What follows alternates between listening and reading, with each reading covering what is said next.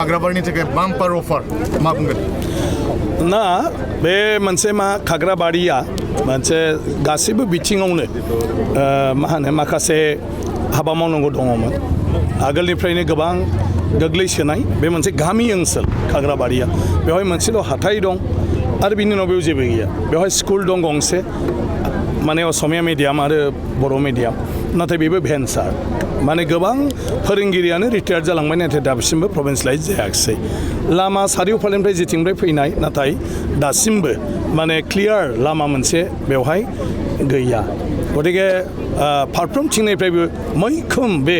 गामियारि रायजो जानाय ओनसोलाव जोंहा गोबां हाबा मावनांगौ दङ गतिके आङो जि दिननिफ्राय बेवहाय एमएलए जानानै फैदों बे एमएलए जानाय समनिफ्राय आंबो मोनथिखागौ हिसाबै माखासे रायजो राजानि जायफोर माने जेंना रायजोफ्रा आंखौ बुंबोदों बेखौ मावनो लानाय जादोंमोन बे हिसाबै जोङो गोबां साक्सेस जाबाय दिनै बेवहाय मोनसे इनडोर स्टेडियाम जोंनो होबाय चिफ मिनिस्टारा गभर्नमेन्ट हाइ स्कुल मोनसे मा होनो सेकेन्डारि स्कुल गंसे जोंनो बे खाग्राबारियाव होबाय जोंनो दिनै आट्रिघाटनिफ्राय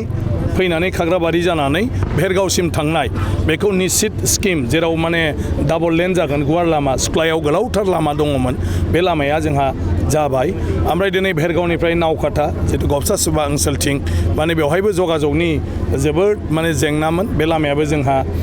जाबाय ओमफ्राय जोंनि बे ट्राइबेल मैखोम ओनसोल बे हिसाबै एकलव्य माने मडेल रेसिडेन्सियेल स्कुल बियो जाबाय देग्लायनिफ्राय जोङो बेखौ बिल्डिं जाथ'वाब्लाबो माने क्लासखौ आरम्भ खालामनो नागिरबाय आरो बेनि थाखायबो जों जायगाखौ दा थिग खालामदों बिनि अनगाबो जोङो बेवहाय जितु मा होनो हेल्थ सेन्टार जोंहा खाग्राबारियाव हेल्थ सेन्टारानो गैया साब सेन्टारबो गैया नाथाय बेजोंनो खाथियाव जोंहा मोनसे अलरेडि मिनि पिएचसि दं बे मिनि पिएचसिखौ दा सिएचसिआव आपग्रेड खालामनाय जासिगोन बेखौ माने हेल्थ डिपार्टमेन्टआ आंनो मिनिस्टारा बेखौ खोथा होबाय 15 फाइनेन्सआव गतिके बेखौ जों थाबैनो माने खामानिखौ मावसिगोन आरो 30 बेडेड हस्पिटाल बेवहाय मोनसे जाबाय बे रायजोनि थाखाय जोबोद माने खामानियाव फैगोन बिनि बादैबो बेवहाय जेसेबां लिंक रड दं गामिनि जोंहा दा मा होनो 8थासो बे खाग्राबारि एलेकायाव बे लामाया जोंहा दा टेन्डार जाबाय माने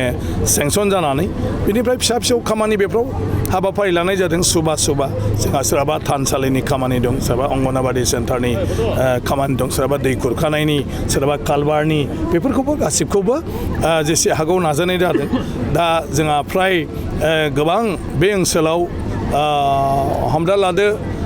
50 कौटिनिबो बारा बे ओनसोल हिसाबै जों माखासे स्किम लामाखौ गारनानै लामायाथ' जोंहा फ्राय 150 कौटि थाखानि माने प्रजेक्ट बिदि जोबो आरोखि नाथाय जोंहा फिसा फिसौ लामा सामाखौ लानानै बेवहाय स्टेडियाम स्कुल बेफोरखौ लानानै हस्पिटेल गासै 50 कौटिनिबो बारा बे खाग्राबारियाव जोंनि प्रजेक्टआ दा सेंसन जाबाय आरोखि बे जों बयनिबो थाखाय मोजां ओंखायनो दिनै खाग्राबारिनि रायजो राजाया गासिबो बे जायगानि ओनसोलनि जेंनाखौ सावरायनो होननानै आंखौ हांख्रायदोंमोन ओमफ्राय जोंहा दोंनै लामा जाबाय ओरै निधुवा जलदेंपारा जानानै खाग्राबारिनिफ्राय आरो मोनसेया खाग्राबारिनिफ्राय जोंहा माने डिमाकुसियाव माने बरंगाजुलियाव ओंखारहैनाय बे लामायाबो जोंहा रिपेरिंआ जाबाय ओंखायनो बे लामा मोननैखौ जों बेखेवदों WPT BC फान्डनि हाथाय गंनै दंमोन खाग्राबारियाव आरो पानिखेलियाव बेबो सम्पुर्ण जानायखौ जों दिनैहाय बेखेवबाय बिनिफ्राय जोङो खाग्राबारि ओनसोलनिफ्राय 30 सा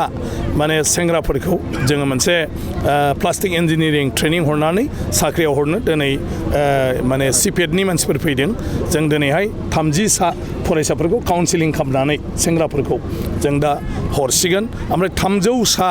मानसिनो बोरमा फिसिनायनि मोनसे राहा होनो नागिरदों बोरमानिफ्राय लानानै बोरमाखौ दोननाय मानायनि आरो बिसोरखौ ट्रेनिं होनायनि बिनि थाखायबो जोंहा गड ट्रास्टनिफ्राय मानसि फैदों दिनैहाय दा दिनै बेखौ माने पशु सखि माने जुनादनि बिलोगोफोरजों दा लोगो मोनलायगोन बिसोरो ओमफ्राय बिसोरनि दारै 300 सा मानसिनो बेनिफिसियारिनो बोरमा फिसिनायनि राहाखौ जों दा खालामनो नागिरदों बेवहाय दा बेबायदिनो गोबां माने लामा लानाय जादों आरो बेवहाय रायजो राजाया जुदि गोसो गुदुङै बयबो बाहागो लायोबा आं सानो फारफ्रोमबो बिथिङावनो जोङो गुबुनफोरबायदि बे ओनसोलनिखौबो जौगालांहोनो हागोन खाग्राबारियाव फारसेथिंनिफ्राय जोङो एग्रिकालचार सेक्टराव जेबो राहा लानाय नुवाखै बे एग्रिकालचारफोरनि थाखाय मा राहा लागोन ना बेवहायबो बेनो दं दा जोङो एग्रिकालचारनि बिथिङाव रायजो राजानिबो बिबान दं आरो जोंनि समाजनि दैदेनगिरिफोरनिबो बिबान दं माने सरकारनिफ्राय दिनै जोङो जायफोर गोसो गुदुं कपारेटिभ दानानै बेवहाय मा होनो हालेवनायनिफ्राय लानानै माइ हानाय मेसिन बिनिफ्राय नोङो माइ बायथुमनाय फानथुमनायसिमबो बेखौबो लानाय जादों अलरेडि बेवहाय माखासे एप्लिकेन्टआ मोनबाय आरो गोसो गुदुं मानसिफ्रा बेफोरखौ दा खालामनो हायो जेराव गभर्नमेन्टनिफ्राय साबसिडि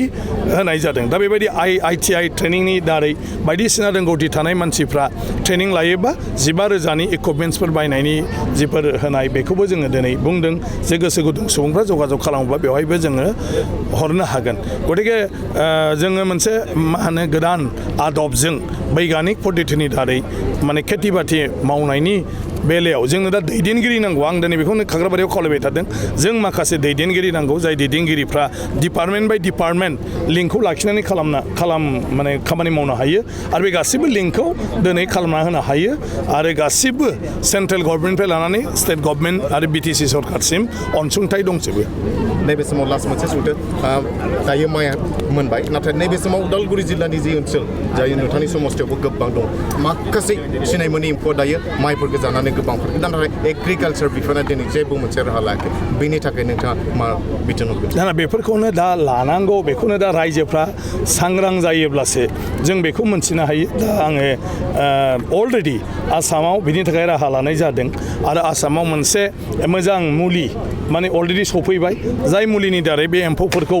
माने बे खामानियाव होबथानो हानाय जादों दा बे एखे मुलिखौ जोङो BTC ओनसोलावबो बाहायनांगौ अलरेडि BTC ओनसोलनि एग्रिकालचार डिपार्टमेन्टआ बेखौ आखायाव लादों होनदों आं सानो सानसे साननैनि गेजेराव निस्सय माने बे मुलिया बेवहाय सफैगोन आबादारिफोरनाव बिराद माने खहा खालामगासिनो दं दासो जेबो माने एग्रिकालचार आं नोंथांखौ बुंबाय नोंथाङा डिपार्टमेन्टनि खाथियाव थाङोब्ला खबर लायोबा निस्सय मोनसिगोन अलरेडि जोंनो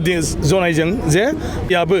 एखे रोखोमनि राहाखौ दा लानो आखायाव लादों आरो जि मुलिनि दारै बियो माबा जादों बे मुलिखौनो बिथांमोनहाबो बाहायनायनि बाथ्रा बुंदों नाथाय आं दा बेवहाय दङ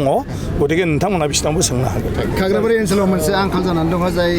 माने सोलोंथाइ बिथिङाव गोबां जौगानाय नाथायबा कलेज नुनो मोना ना ओंखायनो होनदों कलेजआ अलरेडि भेरगावआव दङ आरो जों गभर्नमेन्ट कलेज भेरगाव खाग्राबारिनि गेजेरावबो जोङो खालामबाय नामा भेरगाव नाथाय खाग्राबारियावनो खाथियावनो माने 7-8 किल'मिटारावनो बे जागोन आरो खाग्राबारियाव गभर्नमेन्ट कलेज मोनसे गभर्नमेन्ट स्कुल मोनसे जाबाय जिहेतुनिखि 12 क्लाससिम जागोन बियो दा खाग्राबारिनि जिहेतु गभर्नमेन्ट स्कुल बेवहाय पस्ट बिल्डिं गासिबो गभर्नमेन्टआ खेबसेनो खालामजोबगोन दा बे अलरेडि आरम्भ जासिगोन